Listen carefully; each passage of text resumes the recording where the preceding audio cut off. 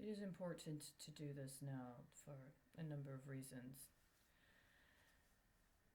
When I was in San Francisco and I returned in 2015 to San Francisco, they had an exhibit at the main library downtown. It's in the city square, the center of the city. And on the east side of the plaza, there's a museum, and then on the other side is the library. And in the library, in the alcove, I believe on the second floor, they had a specific exhibit commemorating the Bataan Death March. Now, San Francisco has a very special relationship with the Filipino American community. It's something that I was very honored to get to know about during my time in San Francisco. But the manners in which I actually engaged with people were distinct from what I saw in that exhibit. It's harrowing to see it. One of the things it said, however, was that during World War II, Pacific Campaign, that the Filipinos that supported the American war effort were the last ones to get what they needed to fight. That it was understood that there was supposed to be allowed for a period of time when the Filipinos who supported the American war effort were supposed to find their own way to do make do with what they had. And when it came to fortification, when it came to support, when it came to armament, they were the last. And that part of what happened in terms of setting the material conditions for the scale of casualties, then the atrocities that were put upon the people of the Philippines had to do with that. Somebody made a priority list and decided, for whatever reason, the Filipinos could wait until the end. Now, this is something that really vexed me. It's something I thought a lot about. If you're thinking, rationally speaking, about how to distribute things, especially if there's an emergency situation and there's logistics to be considered, you understand that there is going to be a priority. But how do you set those priorities? How do you determine who gets what first and how much of it? These are absolutely essential questions, because if you wait and leave the wrong people until last, you might have not been able to secure all the other sacrifices that were done before. Now, I say this as somebody that has understood that for several years, my case has always been put in the last and final position. I see it time after time. I'm supposed to wait until the end of the line. But what happens, unfortunately, is that the end of the line gets disposed of. That somebody has something they've already done up ahead that they need to wave off or swap out or dump. And I'm the dump. And if that's allowed to happen, then whatever else I could have offered is used as insurance. It's salvaged. It's piecemealed. It's parsed out and sent somewhere else. And while I'm waiting, I don't get compensated.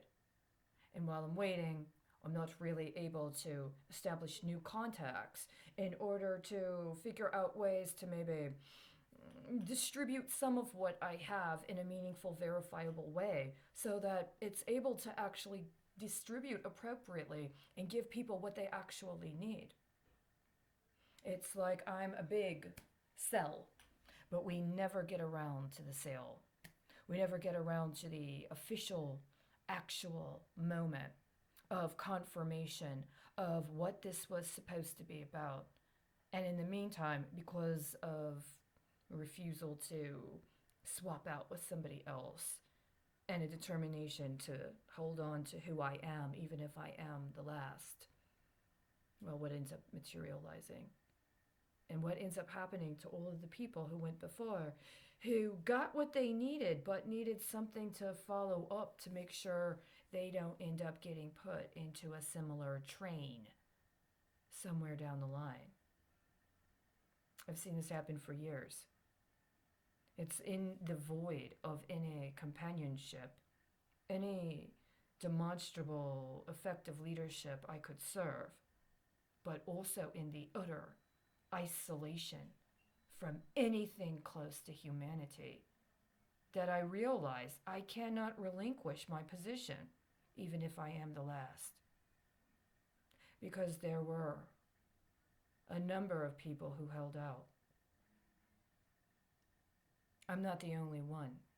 In my isolation, I'm supposed to believe I am. I'm uniquely suited to be this kind of scapegoat. It doesn't actually hold muster if you don't relinquish your understanding of the terms. Some of these deals took 20 years to manifest. Some of them took 40. And if you hold out, if you keep your own understanding long enough, you see that there are some that took even longer. Now, later, I was in a domestic violence shelter.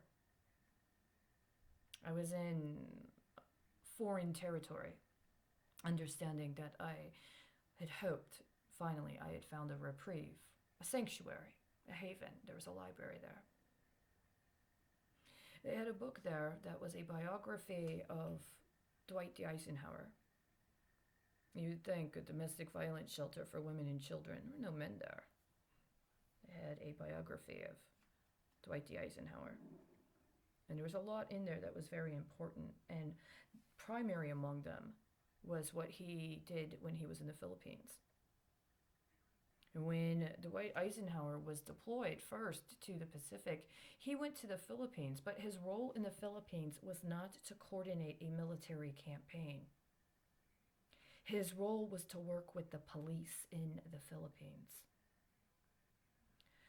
It didn't go into much of his philosophy, but it was clear that when he was in the Philippines, he made a distinction in terms of what it meant to be working with the local domestic police during a conflict situation that was also under threat and also exposed to occupation, versus understanding that they were being called upon to engage in activities supporting a foreign military that was fighting a military campaign. This is very important. I hope one day that I'm going to have access to official presidential documents that might also have something on his understanding of the leadership that was required in the moment, both for its flaws as well as for its lessons. It's very important. It's one of those things that I really wish that we had more access to now. So when you're on an investigation and you hear somebody that was a former commander in a military campaign abroad discuss how these moments of shared cooperation between the American military and sometimes foreign military and local police in de-escalation and a way of interpreting urban warfare tactics in terms of how to address unrest within the country. And he says that he believes that the military went too far and that the police were in a situation where they were influenced to address urban matters in their own country in inappropriate ways. This is also very important. This is the kind of leadership we need. But what happens with it? Who takes command of that candor and character? He did. He demonstrated his authority, because part of his authority is being able to acknowledge, I have expertise in this area. I shared the expertise. I made an error. It needs to be corrected. Well, who corrects it? Who acknowledges it? Who applies it? It's very important. We're in a situation where that's very much needed right now, I believe. And I would appreciate and do appreciate those who are willing to step up and assume that kind of authority. My understanding is my authority is that I am an American. I was born in this country. I've been a critical thinker. I've been a worker. I've been a participant. Sometimes I've been a slacker. Sometimes I did things incorrectly and I did wrong things. But if you told me how to do it right, I found a way to do it the right way. The question is, why was that not acknowledged? And why, in its stead, is the only means by which I would be able to exist in a alleged community, one where I agree to accede to cooperation with actions that those that claim they're in leadership almost always want to ascribe to some foreign entity identified as a threat to America, whether it's immigrants, whether it's spies, whether it's hackers. Well, what are the real enemies of our country? What are the actual enemies of the people of the United States? What do we have a right to do in terms of addressing and understanding that others have declared and comported themselves as our enemies? Not opposition, but enemies. And this is the difference. I'm very grateful for what I was able to learn about the early days of what later became President Eisenhower's administration. It made a lot of sense once these lessons from earlier were allowed to be put into the public view, to be understood in accordance with the other things he did in his administration. And among one of the things he did was something that is akin, I believe, to the biblical story of David, which is the Atoms for Peace program. And that's what we're dealing with these days. What is peace? I'm grateful to have access to this book by the former Field Marshal. He says that the only real goal of war is to secure the peace. It doesn't seem we've actually ended the war. It's still ongoing. We made mistakes. And to this day, we have not done enough to correct for those errors. And I say we,